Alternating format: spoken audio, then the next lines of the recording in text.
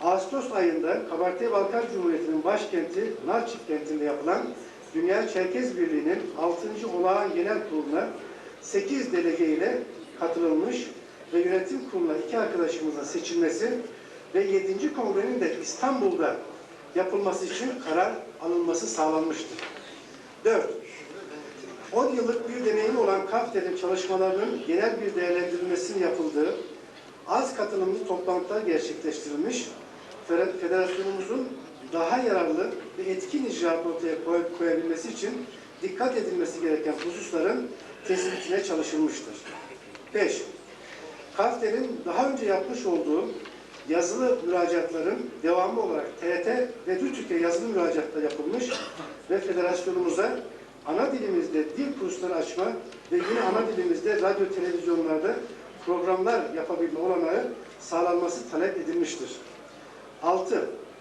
Çerkez gelenek ve göreneklerinin etnologlar ve diğer uzmanlar tarafından çağdaş bir yaklaşımla değerlendirilmesiyle uygulama kabiliyeti kalmamış olanların ayıklanması amacıyla yıl içinde düzenlenen konferansın devamı olan çalışmalara mali destek verilmiş olup bu çalışmaların gelecek yıl içerisinde tamamlanmasını teminen taslak kitapçık çalışmaları başlatılmış olup halen devam etmektedir.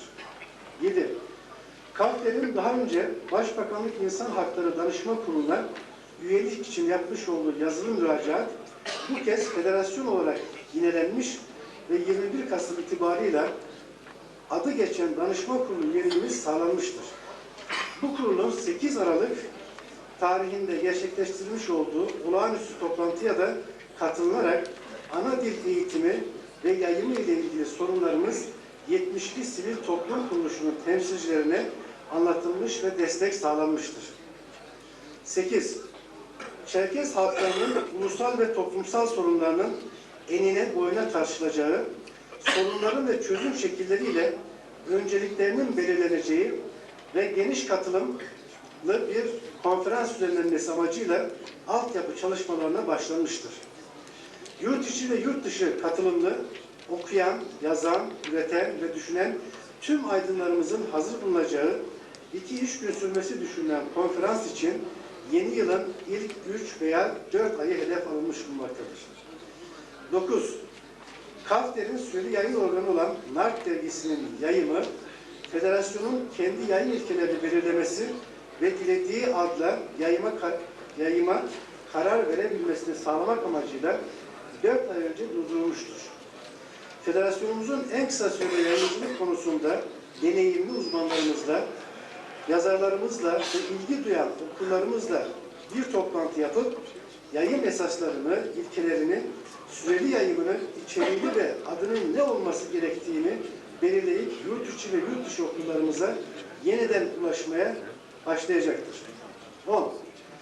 Federasyonumuzun logosu ve amblemini yarışmayla seçmek amacıyla yönetim kurulumuza karar alınıp bu alanda uzman olan insanlarımıza NARK dergisi ve web siteleri kanalıyla duyurulmuştur. Bu konuda yapılan çalışmalar dün itibariyle bize ulaştırılmıştır. Onları sanıyorum arkadaşlar dışarıda numaralandırıp sergileyecekler. 31 tane logo çalışması bize ulaştı şu ana kadar. Güzel çalışmalar da var. Tüm konuklarımızın, izleyicilerimizin düşüncelerini bize iletmelerini, oraya not etmelerini, çünkü bir kağıtta bırakıldı, tercihlerini belirtmelerini rica ediyorum. 11. Kafkas Araştırma, Kültür ve Dayanışma Vakfı ile Şekerbank arasındaki anlaşma uyarınca yürürlükteki NARK kartın federasyon üyelerinin tümü tarafından kendi üyelerini teşmil edilmesi ve dernek aidatlarının da memnuniyetle ile tahsil için yönetim kurulunda prensip kararı alınmış ve Şekerbank ile ön görüşmeler yapılmıştır. 12. Kafkaslı toplumun diaspora dernekçilik tarihinin seyrinde gözlenen sessiz ve içine kapanık politikalardan uzaklaşılarak toplumsal sorunlarımıza daha duyarlı, hareketli ve talepkar bir çizginin izlenmesi için etkinlik ve yayınlarımızda esas alınacak ana prensiplerin tespiti çalışmalarına başlanmış ve mesafe kat edilmiştir. Keyfiyeti Sayın Genel Kurulumuzun bilgilerine ve değerlendirmesine arz ederiz. Saygılarımızla Kafkas Dernekleri Federasyonu Geçici Yönetim Kurulu. Teşekkür ediyoruz. Sağ olasınız. Efendim bu arada kongremize konuk olarak katılan ileride temsilcilerine vaktimiz nispetinde söz vereceğiz inşallah. Şamil Eğitim Vakfı, Ankara Dostluk Kulübü, İstanbul Dostluk Kulübü, Kayseri Dostluk Kulübü, Demokratik Çerkez Platformu, Abhaz Dayanışma Komitesi, bunların temsilcileri de aramızda bulunmaktadır. Kendilerine hoş geldiniz diyoruz.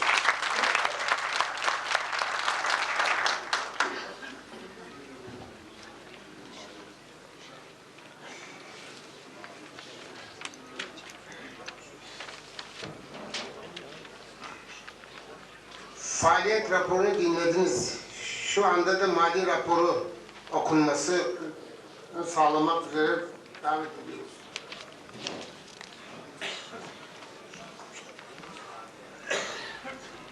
Teşekkür ederim Sayın Başkan. Değerli büyüklerimiz, değerli konuklarımız, sevgili hemşehrilerimiz hepiniz Cumhuriyet tarihinin ilk Kafkas Dernekleri Federasyonu'nun ilk genel kuruluna hoş geldiniz. Hepinizi sevdiğiniz saygıyla selamlıyorum. Güzel konuşmaları hep birlikte dinledik, gururlandık. İnşallah o güzel konuşmalara layık bir görev de ifa edilir. 3/7/2003 günü kurulan ve 5 ay 17 günlük bir geçmişi olan federasyonun geçici yönetim kurulunun yaptığı hizmetlerin tabii ki bir karşılığı var. Ancak bu kısa bir dönem olduğu için çok geniş bir para girdisi ve çıktısı yok. Ancak yasa gereği ve sorumluluk gereği bunu burada sizlere ifade etme amacıyla buradayız. Kuruluşumuzdan bugüne kadar 4 milyar 788 milyon 500 bin lira para girdimiz var. Bunun tüzüğümüzde belirtildiği üzere üye derneklerin üye başına ödedikleri bir aidat var. Giriş ücreti var. 2 milyar 539 milyon bu amaçla girdi oldu. Üye derneklerin üyelerinin girişi amacıyla yatırdıkları bir para. Tabii 900 milyonda bizi seven hemşerilerimizin teberrüsü var. Bu para yetmediği için faaliyeti sona eren, genel kurulda faaliyeti sona eren Kafder'den alınan bir borç var. 1 milyar 349 milyon 500 bin lira da oradan borç olarak alındı. Sizleri bu genel kurulda taşıma amacıyla yaptığımız çalışmalarda. Tabii bu paranın karşılığı 100 milyon kırtasiye giderimiz olmuş. 498 milyon kuruluş giderlerimiz olmuş. Dosya hazırlaması, devlete teslimi ve bununla ilgili yapılan kırtasiye çalışmaları. 728 milyon haberleşme giderlerimiz olmuş. 1 milyar 870 milyon kongre giderimiz var. Yani bu salonun kiralanması dahil kongre çalışma giderimiz. 900 milyon kuruluş ve bu genel kurulun için yapılan 900 milyon liralık da kokteyl giderleri var. Tabela ve afişlerimizin hazırlanması için de 320 milyon harcanmış ve toplam 4 milyar 788 milyon 500 bin lira girdimiz bu şekilde geri çıkışı sağlanmış. Temenni ediyorum bundan sonraki bütçeyi çok daha geniş şekilde hepimizin arzuladığı şekilde buluruz ve birlikte de harcarız. Hepinizi saygıyla selamlıyorum. Sağ olun. Teşekkür ediyoruz Orhan Bey.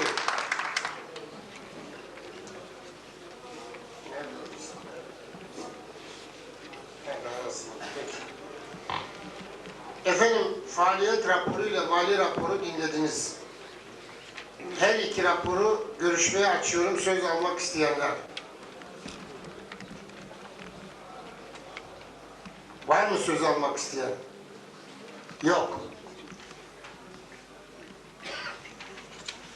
Geçici Yönetim Kurulu'nun faaliyet raporunu, faaliyetinin kabul edilip edilmesini ve edildiyse ibra edilmesini oylarınıza sunuyorum. Kabul edenler?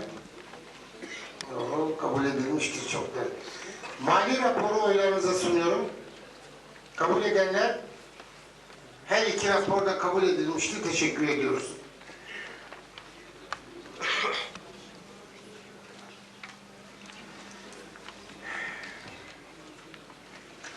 Bir anons var efendim, onu yapalım. Ana vatanımız Abhazya'dan gelen öğrencilerimizle tanışmak ve dayanışmamızın artarak devamı amacıyla düzenlediğimiz gecede sizleri de aramızda görmekten mutluluk duyacağız. Kafkas Abhazya Dayanışma Komitesi, bilet almak isteyenler Avni Sıçrar, Bediz Tantekin'den biletleri alabilirler. Yer biletlerde var. Bilet alanlar bu yeri bulurlar. TÜTAV, Uğur Mumcu Caddesi, Uğur Mumcu Sokak, No 25, GOP-Ankara. İşte neyse. Telefon 312 437 69 39. DCB. Bunlar teknik tabirler olduğu için eskiler bilmezler. Evet. Gündemimizin 6. maddesine geçiyoruz efendim. Yönetim kurulunun faaliyeti ibra edildi. Mali rapor ibra edildi. İnşallah bundan sonra çok parası olur, çok faaliyet yaparlar. Tüzük değişikliğinin görüşülüp karara bağlanması. Buyurun Muhittin Bey, tüzük değişikliği hakkında bize bilgi verecekler efendim. Tekrar saygılar. Tüzük değişikliği bir tedbirin önden ortaya konması açısından yer almıştır. Kafter'in tüzüğü onaylanıp iade edildikten sonra kanuna uygundur, eksikliği yoktur denildikten sonra şunların tashihi düzeltilmesi anlamında sonradan bir yazı almıştık. Federasyon tüzüğümüz onaylandı, yayınlandı ama ola ki yine öyle bir şeyle karşılaşırsak diye biz tedbir almak üzere buraya koyduk. Bir de tüzüğümüzde federasyonun logosu genel kurulda belirlenir diye bir hüküm var. Bununla ilgili bir yarışma açıldı. İştirakler var. Dışarıda arkadaşlarımız değerlendiriyorlar. Bir kelimelik bir ilave, bir sözcüklük, bir logonun ilavesinin dışında başka da bir tüzük değişikliği yok efendim. Bitelim. Teşekkür ediyoruz. Teşekkür ediyoruz.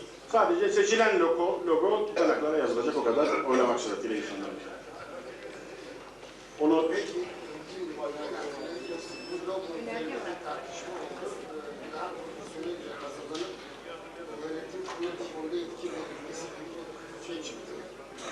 bir hayli iştirak var, bilmiyoruz. Bu konuda önerge olduğunu söylüyorlar arkadaşlar. Bana vermiş önerge olduğunu söylüyor. Bu konuda bir önerge de yok. Bir önerge verseniz bu konuda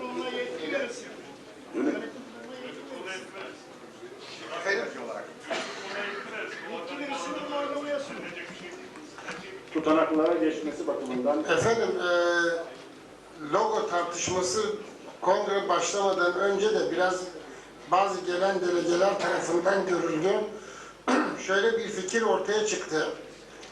Biraz daha profesyonelce herkesin anlayabileceği logodan maksat biliyorsunuz yalnız onu yorumlayan, onun tarihini, coğrafyasını bilenlerle değil, bilmeyen dışarıdaki insanın da baktığı zaman ne anlama geldiğini, neyi temsil ettiğini anlaması lazım. Bu bakımdan daha kısa, daha açık, daha net bir logonun hazırlanması için bir süre verilse de bu logonun seçimi de yönetim kuruluna verilse uygun olur gibi bir görüş ortaya çıktı. Tabii bu özel görüşmelerde ortaya çıktı. buna bir çözüm aramak lazım, bulmak lazım. Sizin fikriniz? Mümkündür, mümkündür. İfai önerge olarak kabul edilip gündeme alınması lazım. Karara geçilmesi lazım. Genel kurulda yönetim kuruluna yetki verilmesi şeklinde. İşte onu diyoruz biz de. Yarışmanın genişletilmesini de içerebilir yani. Mümkün. Bir önerge gerekir mi bunun için doğrudan doğruya oynayalım? Kullanacağı logonun daha profesyonelce belirlenmesi amacıyla bu yapılanlar iyidir, kötüdür demiyoruz. Bunun için kimse şey yapmasın ama onlarla birlikte 2 aylık bir süre yönetim kuruluna verilmek şekliyle hazırlanacak logolar arasında bu logoyu, kullanılacak logoyu seçme hakkını yönetim kuruluna veriyor muyuz? Verenler parmak kaldırsın.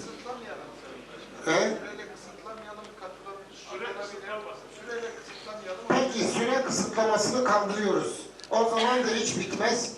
Ömür boyu aylık gelir gider.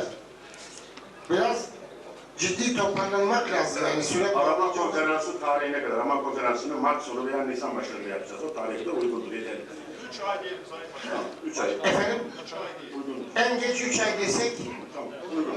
evet en geç 3 ay içerisinde hazırlanacak logolar arasında yönetim kuruluna logo seçme yetkisini Kısaltılmış ad. kısaltılmış adıyla buyur Faruk bir şey mi diyorsun? Evet, bunu kabul edenler el kaldırsın. Oy birliğiyle kabul edilmiştir.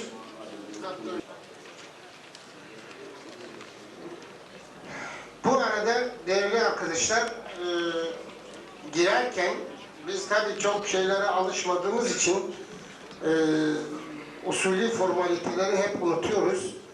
Girerken üye listelerinde imza atılması gereken yerleri delegeler imzalamamışlar. 2 yere imza atmanız lazım. 2 listeye, 2 yere diyorum, 2 listeye. Lütfen süreç içerisinde o imzaları tamamlayın. Bir liste.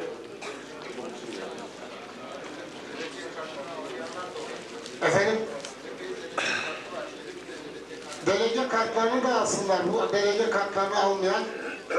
Tüzüğümüzün 7. maddesine geçiyoruz. Dünya Çerkez Birliği üyeliğinin görüşülüp karara bağlanması.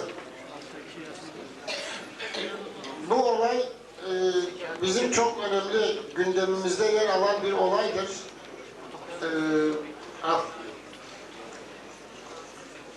Kim verecek bilgiyi? Muhittin Bey siz mi vereceksiniz? Buyurun Muhittin Bey. Konu hakkında bilgilendirme konuşması için. Dünya Çerkes Birliği bilindiği üzere merkezi Nalçık'ta olan Adige Abhaz örgütlerini, dünyada mevcut Adige Abhaz örgütlerinin bir araya gelmiş oldukları 1991 Mayıs'ında kurulan bir örgüttür. Amerika, New Jersey ve Kaliforniya ile Ürdün 8 Derneği ile Suriye 8 Derneği federasyonlaştı onunla. İsrail Kıfarkame ve Reyhaniye ile Almanya 9 dernekle, Hollanda 1 dernekle, Muhittin Bey, Belçika, İsviçre şu anda katıldı. bir dakika şey yapar Buyurun. mısınız? Buyurun. Değerli konuklar, 2 hemşehrimizin rahatsızlığı ağırlaşmış. Kongre adına bunları sormak üzere 3 kişilik bir heyet oluşturmamız uygun görüldü. Sanıyorum rahatsız olanlardan birisi Ata Bey'in hanımı Türkan Hanım. Diğerine kim demiştiniz Seyfi? Sepetli meclis. İkinci gün. İkinci rahatsız. Hayır, ikinci rahatsız olan kimdi? Bağ Özcan. Bağ Özcan Bey. Emekli savcı Bağ Özcan. Evet Özcan Bey, bu bizim en büyük adetlerimizden, geleneklerimizden birisidir. Türkan Hanım'ın sağlığını ve diğerinin de sağlığının en kısa zamanda normale kavuşmasını diliyoruz. Uygun olan Hikmet Bey gidecek galiba Türkan Hanım'la. Hikmet Bey'in yanına 2 refakatçi, Özcan Bey'de 3 kişilik bir heyet gönderelim. Bunları sorduralım efendim. Önce soralım, tanıyan, gitmek isteyen var mı? Fikret. Hangisine gitmek istiyorsun? Türkan Hanım. O zaman bu merkezi örgütümüz olmadığı için KAFKUR yani Kafkas Dernekleri Koordinasyon Kurulu adına katıldık. 8 kişi olarak, delege olarak katıldık. Kuruluşunda varız. Bugüne kadar da varız. Ancak Türkiye Cumhuriyeti yasaları başka bir ülkede var olan bir organizasyona üye olmak için Bakanlar Kurulu kararını gerektirdiği için son 2 yıla kadar üyeliğimiz danışma müşavir konumunda, gönüllü katılım konumundaydı ama normal olarak aidatlarımızı da ödüyorduk. Normal olarak işte görevimizi yapıyorduk. Ama son çıkan demokratikleşme paketi buna el verdiği için kararname gerek kalmadığı için kararnameye genel kurul kararıyla üyeliğimiz geçen sene Ocak aylarında falan tescil edildi. Tescil edilen KAFDER'dir. 36 şubesiyle KAFDER'in üyeliği. Şimdi KAFDER'in genel kurulunu geçen hafta yaptık veya ondan önceki hafta 7 Aralık'ta yaptık. KAFDER tüm şubelerini feshetti federasyona katıldığı için. Şimdi Dünya Çerkez Birliği'nden de KAFDER koşullu olarak genel kurul kararıyla ayrılma iradesini ortaya koydu. Kafkas Dernekleri Federasyonu'nun genel kurulda alacağı kararla üyelik müracaatı yaptığında üyeliğinin onanmasından itibaren geçerli olmak üzere Dünya Çerkez Birliği'nden çekilmeye. Çünkü KAFDER zaten şu anda federasyonun içinde. Ayrıca üye olması gerekmiyordu.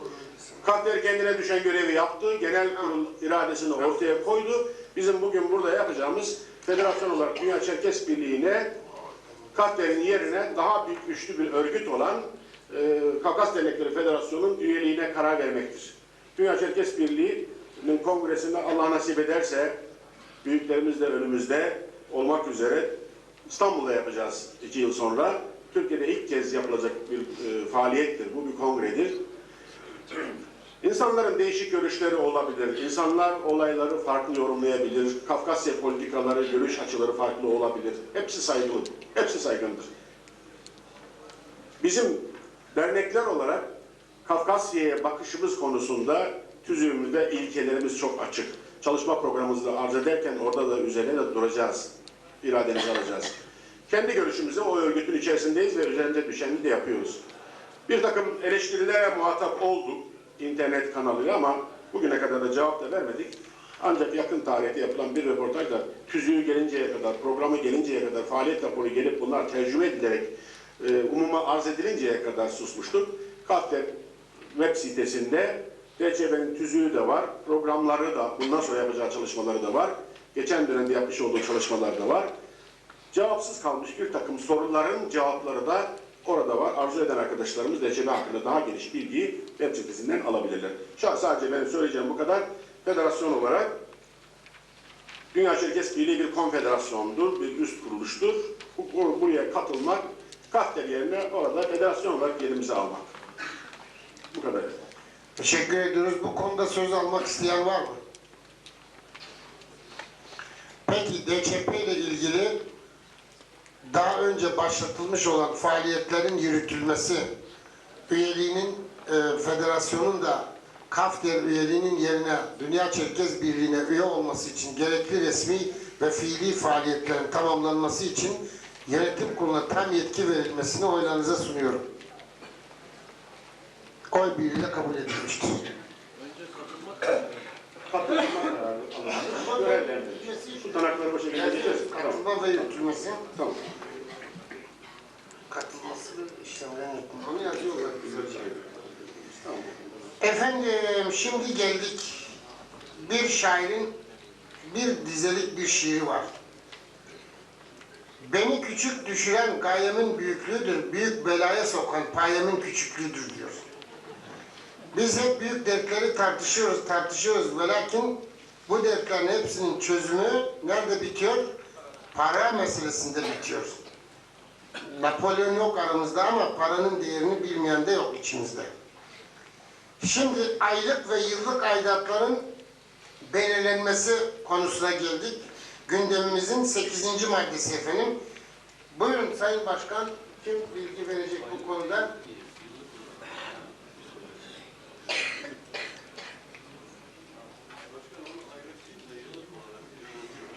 Aylık ve yıllık işte.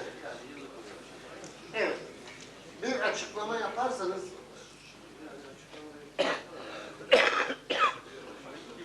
ama yok burada öyle bir bilgi yok.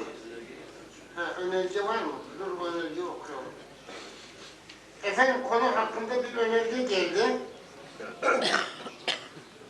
Gündemin 8. maddesinde yer alan yıllık aidat miktarının üye başına yılda 4 milyon TL olarak belirlenmesi konusunda başkanlar arasında mutabakat sağlanmıştır. Sayın Genel Kurulumuza arz edilmesini arz ederiz. Yıllık üye başına 4 milyon. Bir daha okuyorum. Bir dakika efendim, lütfen bir dakika. Söz vereceğiz şimdi. Buyurun Güzel Hanım. Üye başına derken derneklerin kayıtlı her üyesi başına. Şuraya geç.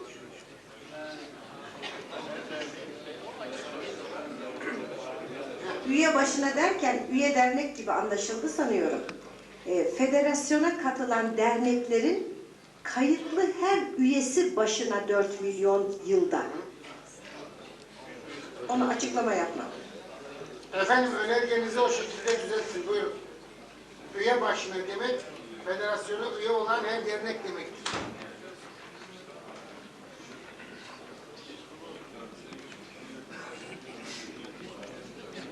Evet. O düzeltilirken konu hakkında söz almak isteyen var mı? Yani bir daha açıklıyoruz. Federasyona katılan derneklerin kayıtlı üye sayılarını göre her üye için yılda 4 milyon. Yani 10 üyen varsa yılda 40 milyon vereceksin. 100 üyen varsa 400 milyon vereceksin. 1000 üyen varsa 4 milyar vereceksin. Anlaşıldı mı efendim? Bu şekilde kabul ediyor musunuz? Söz alabilir miyiz? Bir dakika söz isteyen var. Buyurun. Söke Kafkas Derneği Başkanı, Bir dakika. Buyurun. Söke Kafkas Derneği Başkanı Abdullah Uzun Beycan. Sayın Başkan, biz bu rakamı üye başına 1 milyon olarak yatırmış idik. Genel kurul tarihinden geçerli olmak şartıyla mı? Giriş. O giriş. Üye olmak için. Başlangıç giriş o.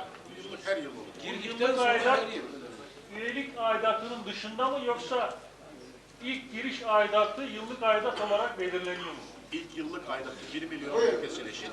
4 O milyon. konuda bir Bundan açıklama sonra yapar Şimdi mısın? tabii arkadaşımızın tereddütü açısından ben açıklamasını yapayım. Şimdi başlangıçta herhangi bir dernek federasyona üye olur iken kayıtlı üyelerini her üyesi başına 1 milyon lira giriş aidatı. Girdikten sonra sonraki yıllar rutin olarak her dernek üyesi başına 4 milyon TL'yi aidat olarak, giriş değil, sizin söylediğiniz giriş. Ondan sonraki süreç içerisinde her yıl her dernek üyesi, her üyesi başına kayıtlı üyesi, hukuken geçerli kayıtlı üyesi adedi itibariyle 4'er milyon ödeme yapacak. Teklif o yönde yani. Buyurun efendim. Onun ödenme koşulları tartışılabilir tabii.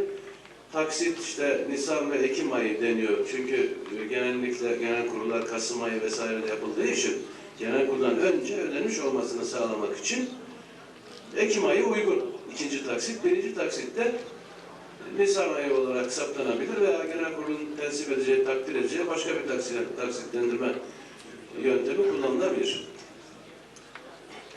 Peki buyurun efendim. İsminizi söyleyin lütfen. Yurol Bey, Gönül Dernek Başkanıyım. Buyurun. Katılırken birer milyon ödeniyor. Dernekler federasyona katıldı.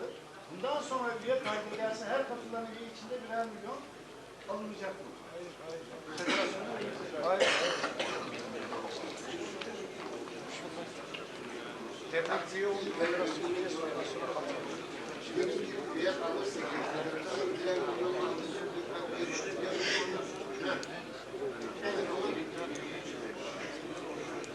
Efendim, gelen açıklama sorunuza göre yeni üye alındığı zaman giriş aidatı üye başına 1 milyon.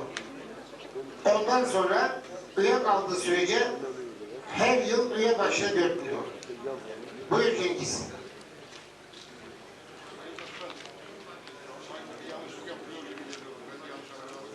Heh.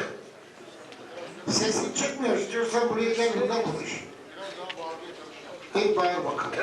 Federasyona üye olan dernek artık üyelik işlerini tamamlamıştır. Onun üyeleri tekrar birer milyon alamazsınız. Dolayısıyla federasyona üye olan dernekler belli bir sayıda üye kaydetmişlerdir, üye olmuşlardır. Yeni üye almışlar ise eğer bunlar delege belirlemek için üye sayılarıyla orantılı bir delege belirleyeceklerinden 4'er milyon lira yatırırlar sadece. Yani 1 milyona tabi değil. Değillerdir tabii. Üye olurken birer milyon yatırırlar. Bence de öyle olması lazım. Yeni üye olacak derneklerin girişi. Tamam. Yeni üye olacak dernekler olurken olaya kadar yapmazlar. Ama üye olmuş dernekler tekrar birer milyon yatırmazlar. Üye olmuşlar yatırmıyor zaten açıklamaya göre. Ama yeni üye olanların da Yeni üye kaydederse dedi arkadaşlar. evet, Dernekler devamlı üye kaydeder. Yeni üye kaydetti. dernekler değil bu üye kaydetme galiba. Federasyona üye olan dernek. Açıklanması gerekiyor. Arkadaşlar sorduğu soru Devletin gibi. Gel Kur'an, açıklama yap.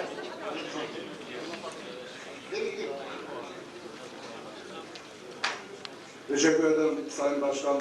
Ben konuya biraz daha açıklık getirmek istiyorum. Olmayan paranın da sorumlusu olarak göründüm bugüne kadar. Federasyonun kuruluş tüzüğünde federasyona üye olacak dernekler üyelik aidatı olarak kendi derneğinin ne kadar üyesi varsa üye başına birer milyon lira üzerinden hesabını yapıp federasyona dernek adına o parayı yatıracak. Bu tüzüğünde katılım payı olarak var. Katılım payı olarak o parayı üye olan dernekler yatırdık. Bundan sonra üye olacak olan dernekler de yine tüzüğün o maddesi gereğince ben de federasyona katılmak istiyorum diyorsa veya katılmak istiyorum diye müracaat edip de katılımı henüz kesinleşmemiş olan, işlemleri yarım olan bu genel kurulu yetişmeyenlerin de yönetim kurulu kararıyla bundan sonra katılımları kesinleşirse mevcut üye sayısı üzerinden birer milyonu hesaplayıp federasyona kabul ediliyorsunuz dendiği zaman o parayı yatıracak. Giriş aidatı bu. Onun dışında yine tüzüğümüzün ilgili maddesinde üyelik aidatları diye geçiyor. Biraz önce oylanan 4 milyonluk meblağ yıllık her derneğin kendi üyesi adediyle çarparak yatıracağı paradır. Bu yine tüzüğümüzün ilgili maddesinde aidatların ödeme şekli maddesinde yazılı. Orada diyor ki belirlenen, genel kurulda belirlenecek olan federasyona yatırılacak üye aidatları yılın 12 ayının belli mesafelere esas alınarak Nisan ve Ekim ayında yatırılır diyor. Birinci taksiti Nisan ayında, ikinci taksiti Ekim ayında diyor. Yıllık 4'er milyon üye başına yatırılacak olan paranın da yatırış şekli bu şekilde tüzüğü zaten her dernek başkanlığına sunuldu. Onlar da zaten üyelerine duyuracaklar. Aidat ödeme şeklinde bunu açıklığa kavuşturmak için söz istemiştim. Teşekkür ederim başkanım. Biz teşekkür ederiz. Anlaşılmayan var mı konu hakkında? Burada Sayın Başkan. Yani bir dakika efendim. Yeni üye olan bir dernek, üye olmak isteyen bir dernek, üye olduğu zaman, üye olurken kendi kayıtlı üyelerin her birisi için 1 milyon lirayı giriş aidatı olarak ödeyecek. O andan itibaren de yıllık 4 milyon lira aidat ödeyecek üye başına. Sayın Başkan. Taksit için bir dakika, taksit Düşünüldüğü için gelen miktarı tamamlanacağını varsaydık. Öbür yıllar oradaki derneklerin katılımlarına göre elbette ki o değişecektir. 8 milyar 1 milyon üzerinden bir ihtiyat payı var orada. Yıllık aidat gelirleri demin oyladınız, kabul edildi. 4 milyon üzerinden kişi başına 60 milyar. bağış ve proje gelirleri 140 milyar, etkinlik gelirleri 10 milyar, reklam gelirleri 10 milyar, faiz gelirleri 2 milyar ve diğer gelirler 10 milyar olarak planlandı. Bu tahmini bütçe. Adı üzerinde zaten tahmine dayalıdır. Bazı kalemler gerçekleşir, bazı kalemleri gerçekleşmeyebilir. O nedenle burada bağışlar ve proje gelirleri önemli kalemi teşkil ediyor. Derneklerimiz zaten bağışlar sayesinde ayakta. Üye aidatlarıyla derneklerin bir şey yaptığını sakın varsanmayın. Gerçi sayılı insanlarımız var. Bütün derneklerimizin, bütün vakıflarımızın, bütün kurumlarımızın müracaat ettiği insan sayımız belki Türkiye genelinde 200-300'dür. O insanlarımızın bol bol kazanmasını diliyoruz. Onlar kazansınlar ki bizler de bağış alabilelim ve bu hizmetleri görebilelim. Ayrıca proje gelirleri çok önemli burada. İnsan Hakları Kuruluşu'nun bir üyesi olarak Avrupa topluluğuna yönelik girişimleri başlatmış, bir takım taleplerde bulunmuş bir federasyon olarak bütçemizde proje gelirlerinin önemli kalem teşkil edeceğini düşünüyoruz.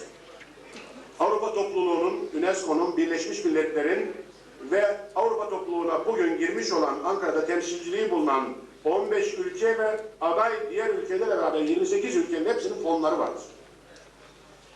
Yapacağınız etkinliğe, programa göre proje hazırlarsanız, detaylı proje hazırlayıp sunduğunuz takdirde projeleriniz görüşülür, değerlendirilir ve bunlar karşılık bulur.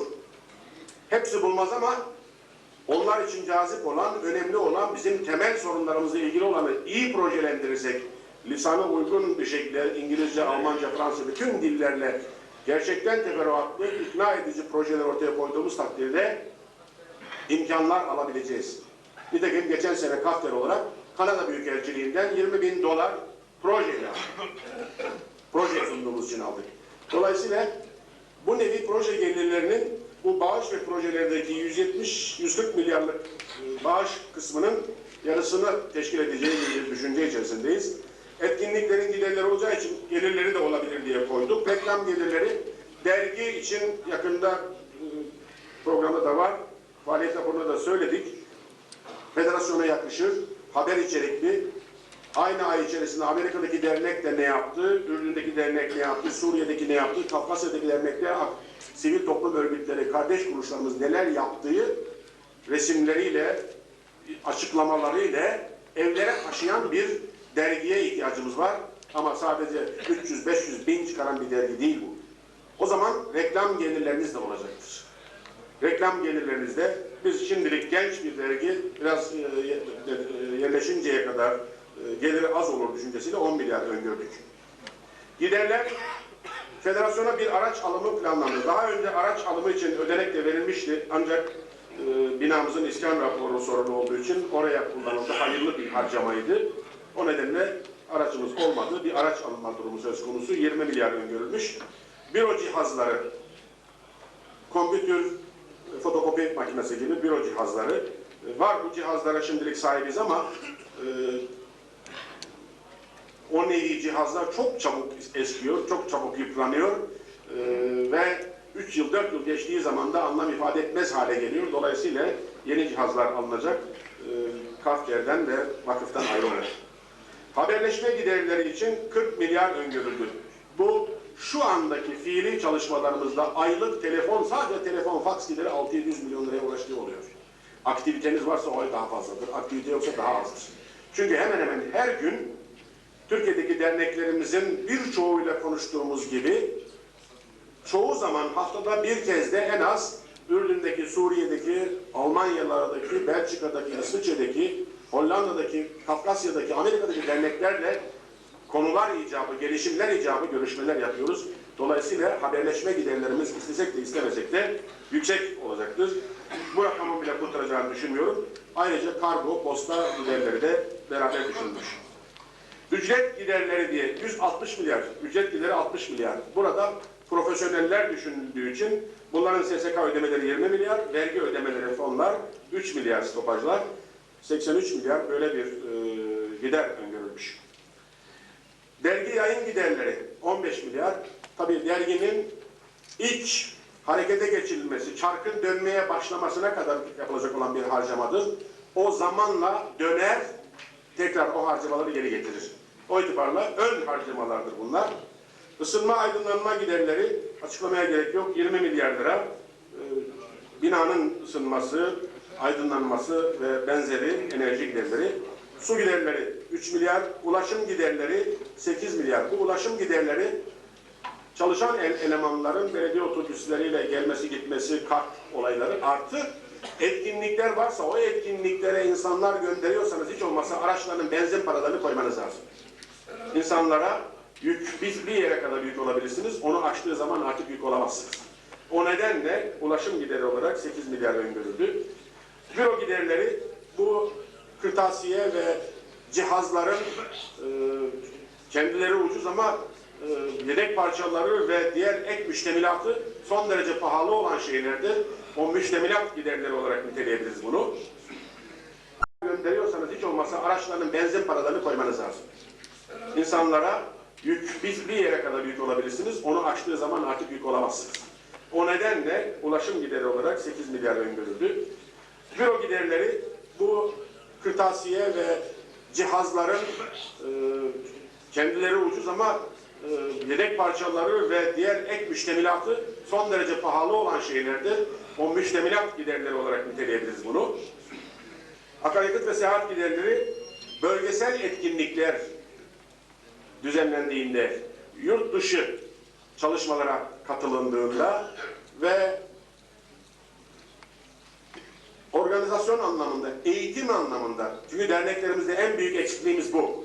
Şimdi önümüzdeki dönemde hemen hemen planlama, yıllık planlar yapılmak suretiyle uzman eğitimcilerimizi bütün derneklere göndermek suretiyle oralarda eğitim çalışmalarını yapmak durumundayız. Hatta bu amaçla Kafkasyalı bir uzmanı da istihdam etmeyi de düşünüyoruz. Ancak onun giderleri bu projenin içerisinde yer almamıştır. Konuk ağırlama giderleri bu keyfi bir harcama olmaz, değildir. Ama öyle zaman oluyor ki elçilikten bir heyet sizi ziyarete geliyor. Onlara uygun, yakışır bir tavır içerisinde olmanız gerekiyor. Kongrelerimiz, başkanlar kurulu toplantılarımız oluyor. Biz geleneksel yapımızdan dolayı geleneksel bir yemeğimizi ikram etmek istiyoruz.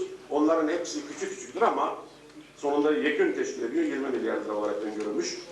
Etkinlik giderleri 25 milyar. 25 milyar lirayla herhangi bir etkinlik yapılmaz. Etkinliği zaten bölgeler, dernekler yapacak.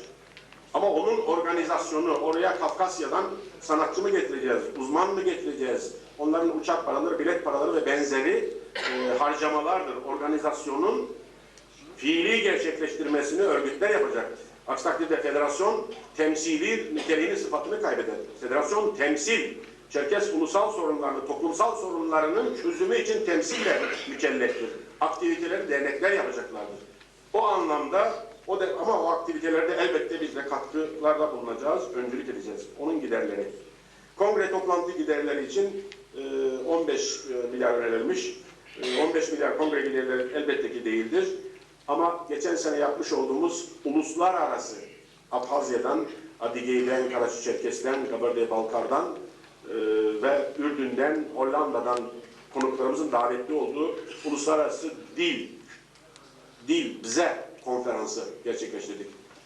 Bu yıl, geçen sene yine aynı zamanda uluslararası Şabze konferansı gerçekleştirdik. Dünyanın sayılı, Kafkasya'nın sayılı etnologlarının 5'inden komisyonumuz var. Aramızdan Sayın Tuna, Sayın Huvaj, Sayın Özden, Doğan Özden de aralarında olmak üzere çalışma yürüyor. Onlar kitapçık hazırlıyorlar. O kitapçıkları devlet hamadelerimize, Türkiye'de, Avrupa'da, dünyanın neresinde olursa olsun derneklere incelenmesi için, hataların gözden geçirilmesi, tasih edilmesi, eksiği varsa ilave edilmesi için danışma anlamında göndereceğiz. Tekrar onlar toplanacak, geri göndereceğiz Kafkasya'ya. O 5 etnolog meslekleri o durum. Çünkü onlar uzman insanlardır. O 5 etnolog arkadaşlarımızın, uzman arkadaşlarımızın katkılarıyla bunu son şekline getireceklerdir. Dolayısıyla o toplantılar, konferanslar yinelenecektir bu sene. Onlarla ilgili olan giderlerdir. Onların da bakım giderleri, çalışılan binanın ihtiyaçları var. İçinde bir takım değişikliklere de gidilmesi gerekiyor.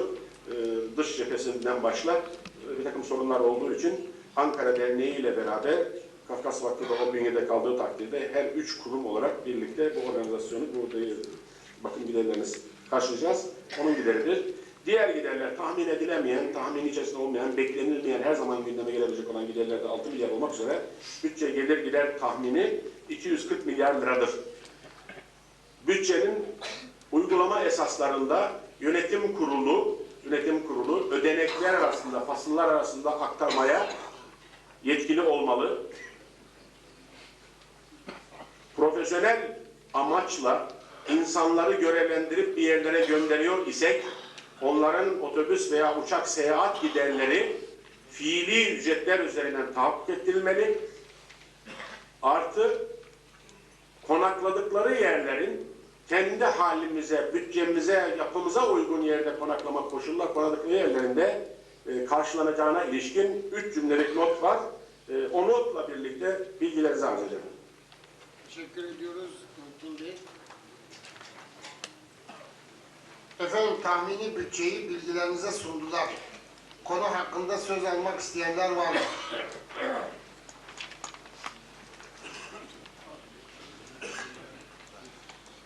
Sayın Muhammed Tuncel buyurun.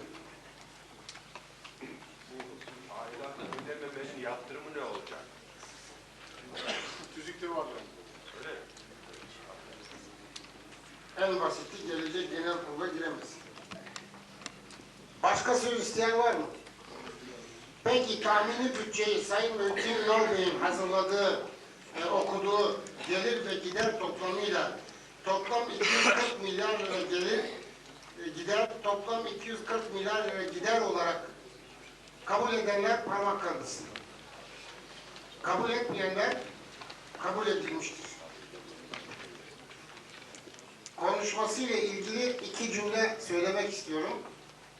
Bu Kabze çalışmalarında Kayseri Derneği 10-12 sayfalık güzel bir çalışma yaptı.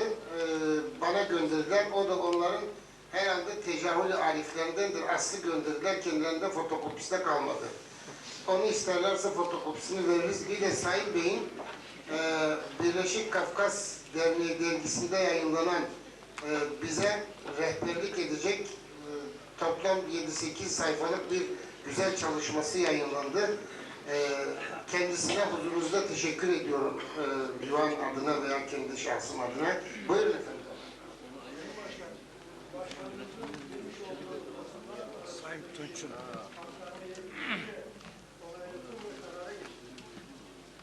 Evet, şimdi bir oylama daha yapacağız. Biraz daha şey yaparsanız. Şimdi bütçeyi kabul ettik. Tahmini bütçeyi kabul ettik. Ola ki bu bütçenin A'dan B'ye, B'den C'ye bu şeyler arasında söylenen başlıklar arasında kimisi 10 milyara mal olur, kimisi 20 milyara mal olur bir aktarma zorunda olarak gündeme gelecektir. Bu aktarmayı buradaki sıra ve rakamlara bağlı kalmaksızın yapma yetkisini yönetim kuruluna veriyor muyuz? Lütfen parmaklarınızı oy birliğiyle veriyoruz.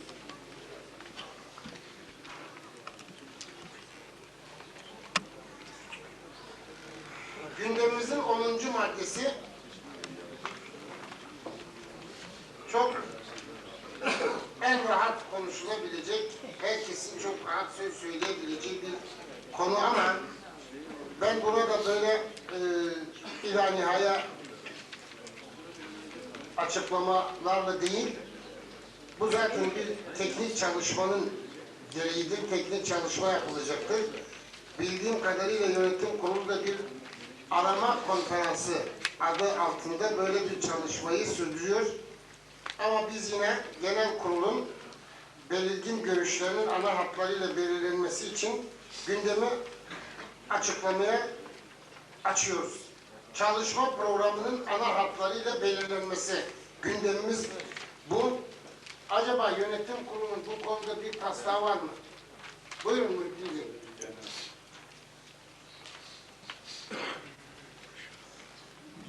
Taslak program genel kurulun delege arkadaşlarımızın, büyüklerimizin katkılarıyla oluşsun diye son şeklini vermedik. Açık bıraktık. Ama benim başlangıçtaki açış konuşmamda yer alan bazı hususlarla birlikte ilk etapta düşündüğümüz yapılması gereken şeylerle ilgili hususları birkaç madde halinde arz etmek istiyorum. Ana dilde kursların açılması için her türlü yolla, her türlü mücadeleye gidilecektir. Bunun ötesi yok. Başlattık zaten o mücadeleyi. Gerekli yazışmalar da yapılıyor. Ama dileğimiz, isteğimiz bizim diyalogtur. O diyalogla bu sonuca ulaşacağımıza inanıyorum. Yetkililerle yakında 2 kez görüşme yaptım. Yapılan yönetmelik değişikliği bizim ihtiyacımıza cevap veren, merhem olan bir şey değil. Ama bir kasıt da yok.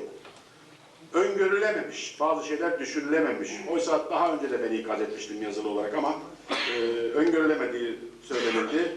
Sanıyorum Türkiye'nin ilerleme raporunun 8 Aralık'ta görüşülen, İnsan Hakları Kurulu'nda görüşülen şeklinde bununla ilgili düşüncelerimiz yer almış ve hükümete ulaştırılmıştır. Ana dilde radyo TV yayın hakkının alınması ve uygulamaya geçilmesi hepimizin görevidir. Senin benim işim değil, hepimizin işidir. Ona da yavaş yavaş hakkı almak bir şey değil, hakkı aldıktan sonra da yavaş yavaş o programları yapacak insanlarımızı belirlemek, onun taslak programlarını hayata geçirmeye başlamak gerekiyor. O anlamda tüm delege arkadaşlarımız, tüm dernekçi arkadaşlarımız, tüm sanatçı arkadaşlarımız, üreten her insanımız düşünmeli ve katkı sağlamalı. Türkiye Cumhuriyeti ile Rusya Federasyonu arasında ikili kültür anlaşmaları var. Her 2 yılda bir yenilenir.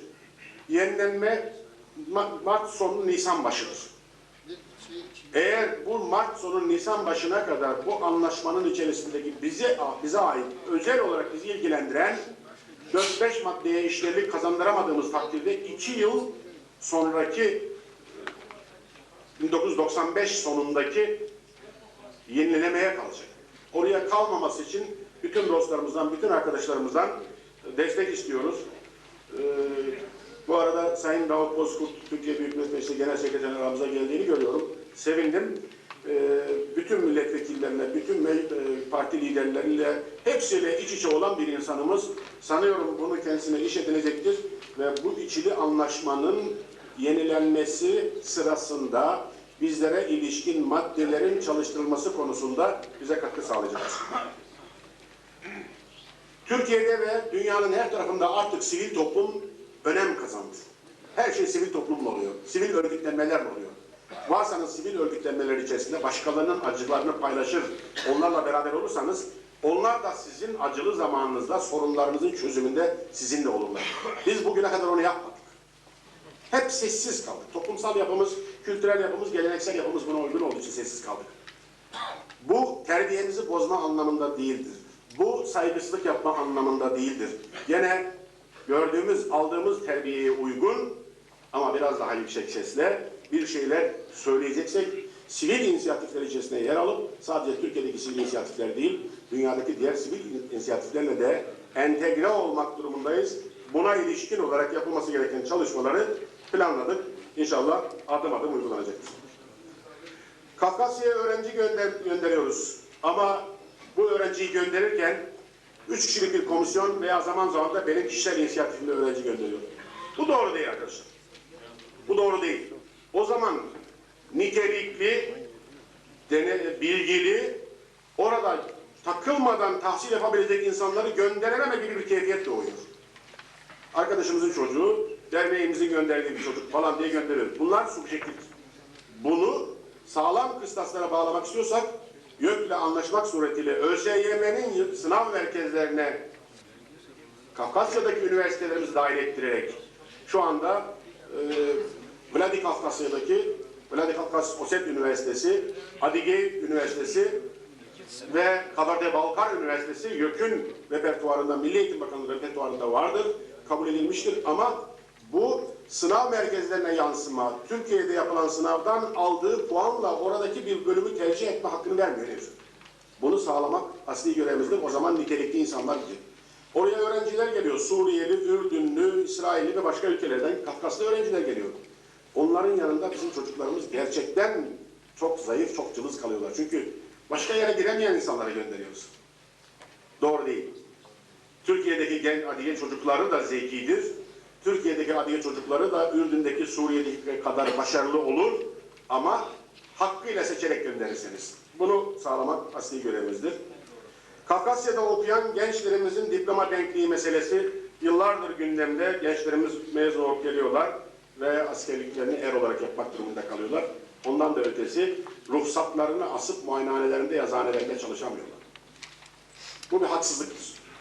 Ve YÖK'le Sayın Haydar Kaymaz büyüğümüzü, Profesör Haydar Kaymaz büyüğümüzü, Bilim Kurulu Başkanımızı görüyorum arkada. YÖK'le rehberliğinde, başkanlığında defalarca görüştük. Mantalite ve anlaşmamız mümkün olmuyor. Pratik yönünden sizinkiler çok güçlü, iyi pratik öğretiliyor ama teorileri zayıf. Türkiye'de teorisi yüksek ama pratiği yok. Mezun oluyor mühendis, iş başına geliyor. Pratik olmadıktan sonra teorisi çok yüksek olsa ne ifade eder? Aslında doğru olan pratiğin yüksek olması ama eğitim sistemidir bu. Eğitim sistemi meselesi, entegre olma meselesi. Dolayısıyla orada biraz sıkıntılarımız, rahatsızlıklarımız vardır. Yalnız YÖK'te yönetim değişiklikleri var, yeni yapılanmalar var. Herhalde bu sefer değişik çehrelerle, değişik etkilerle bir araya gelmek suretiyle bunları müzakere etme imkanı bulacağımızı düşünüyorum. Bir yere bağlayacağımızı, vardıracağımızı varsayıyorum. Kafkasya'ya gönüllü olarak gitmek isteyen insanlarımız var, bize müracaat ediyorlar ama bu senin uçak biletindir, şu senin vizendir, bu da senin orada 6 ay seni yaşatacak giderlerindir diyemiyoruz. Bunu dersek gidecek olan insan yok değil, var. Öyleyse bunu demek için ekonomik kaynaklar araştırmak gerekiyor. Bu arada Kafkas toplumunun sahip olduğu tek kartımız NART kart. Çerkes kahramanlarının ortak adı olması nedeniyle NART'ı seçtik. NART kartımız Kafkas Araştırma Kültür Vakfı'nın olarak şu anda yürürlükte birçok ülkelerimiz kullanıyor. Her ne kadar son zamanlarda kullanan sayısı azaldıysa da onda da Şeker Bank'ın uygulama hatalarının olduğunu biliyoruz. Bunları tespit ettik, yöneticilerini çağırdık, görüştük ve giderilecek bugünlerde tüm şubelerde tebligat yapılmış olması lazım. Federasyon olarak bunu bütün şubelerimiz, derneklerimizde kullanmak, tatbik etmek istiyoruz. Alınacak olan aylık 1 milyon, 3 milyon, 5 milyon aidatların da NART kartla tahsili sistemine geçmemiz lazım.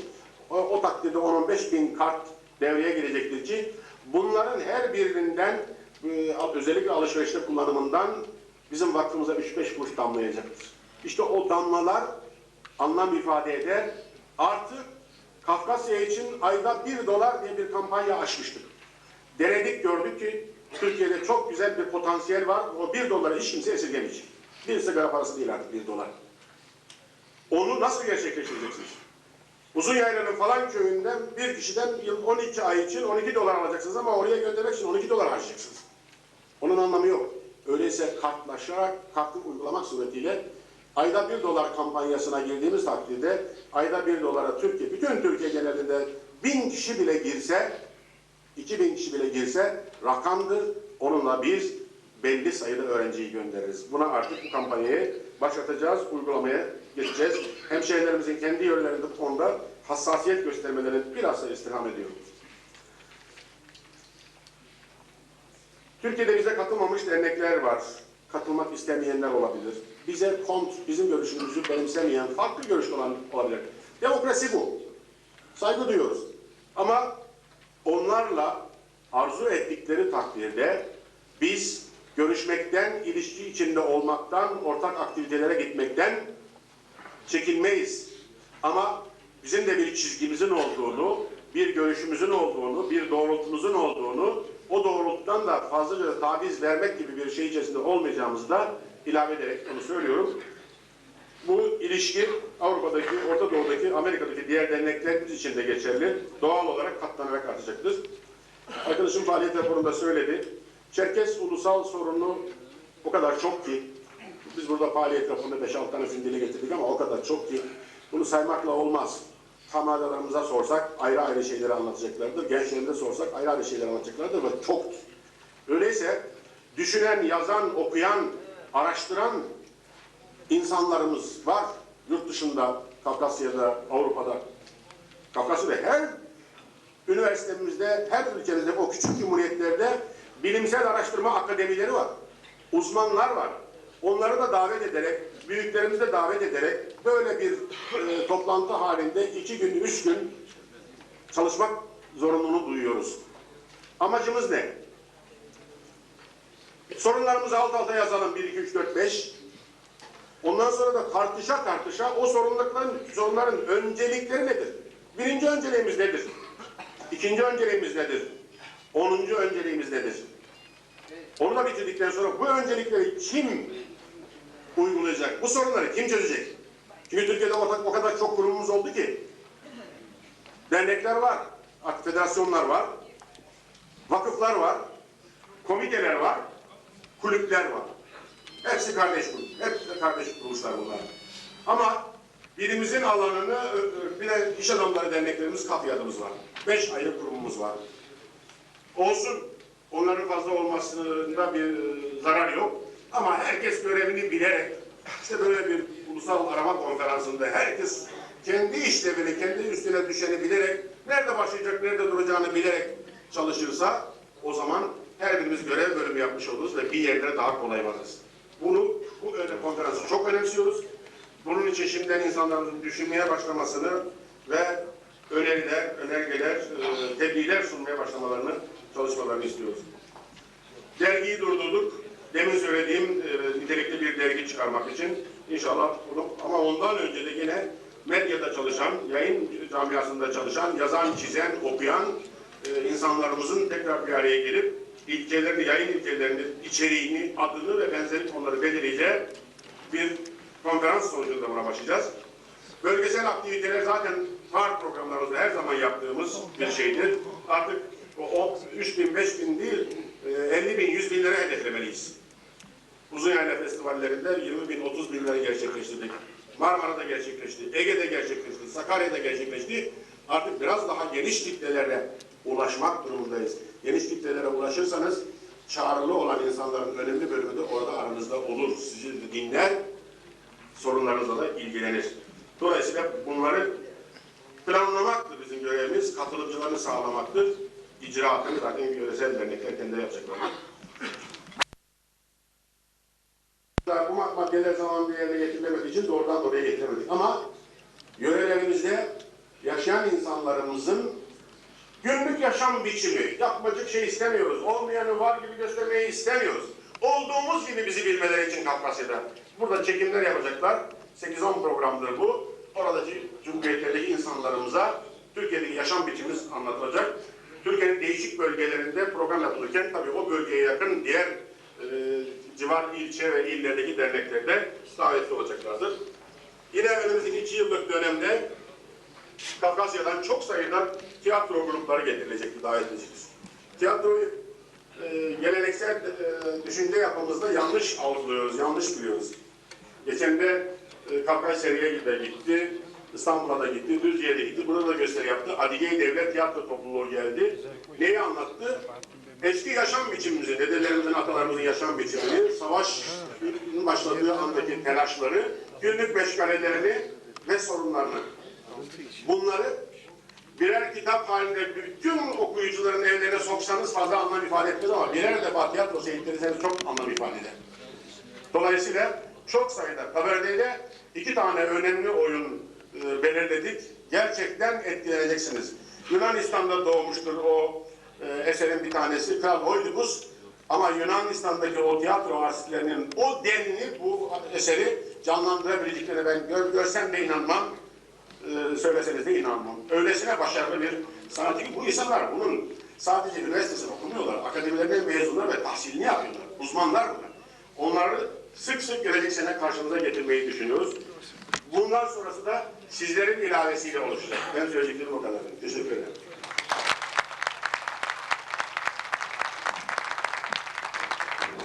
Teşekkür ediyoruz Metin Bey'e geniş açıklamaları için. 971'de çok etkili uzun yaylalı bir resmi görevli bir gün çağırdı beni.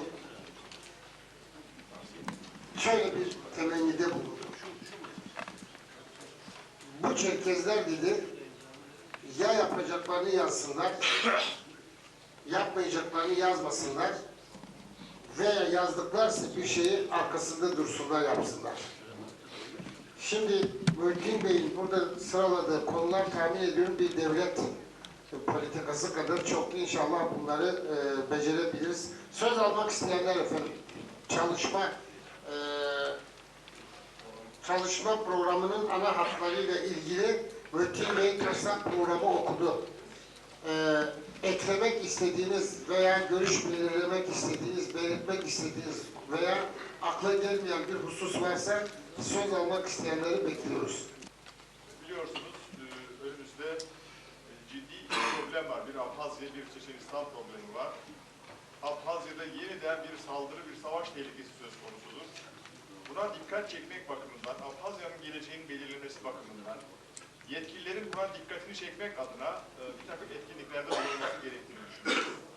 Bunu ekleyelim diye düşünüyorum. Bir ikincisi de Çeçenistan'da şu anda savaş devam ediyor. Biz savaştan yana değiliz.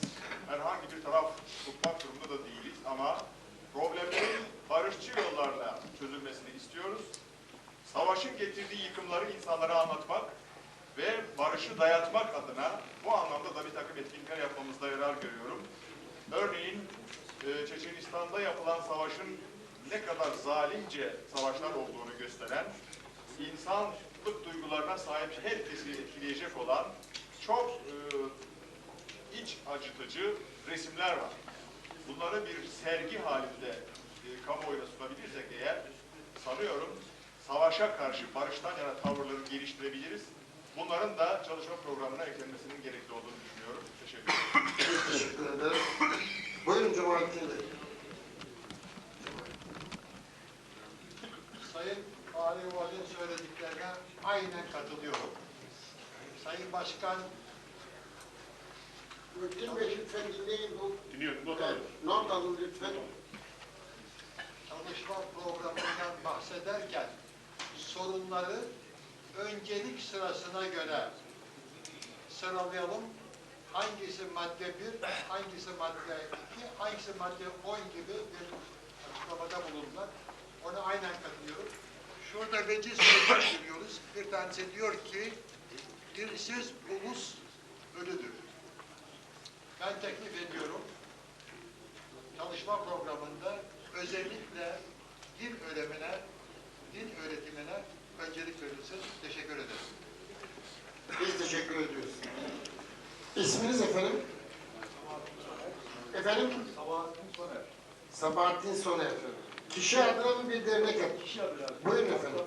Var gibi geldi bana. Buyurun efendim. Bir kongre var İstanbul'da sanırım. Hiç çalışma programında bahsedilmedi. 2004 yılı içinde yapılacak. Dünya Çerkez Birliği Konferansı. Yanlış mı anladım? 2006'da. 2 yıllık dönemin dışında. Evet, başka söz isteyen.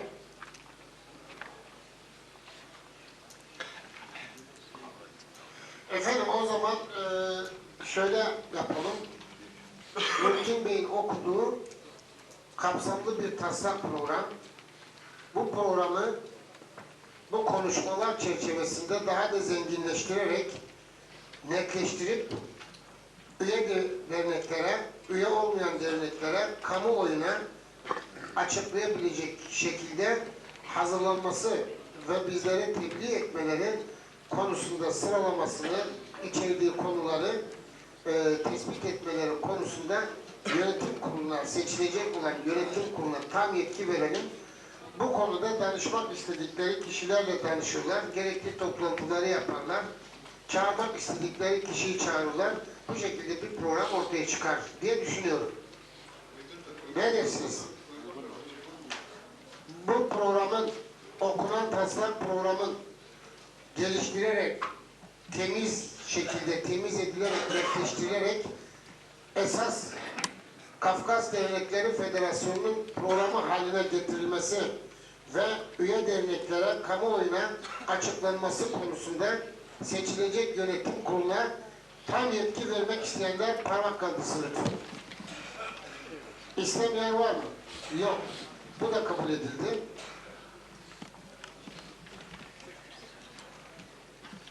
Efendim, şimdi 11. maddeye geldik. Değerli katılımcılar, 11. madde Genel Başkan, Genel Yönetim Kurulu, Denetim Kurulu, Disiplin Kurulu ve DÇB delegelerinin seçilmesi. Yani seçim maddesine geldik.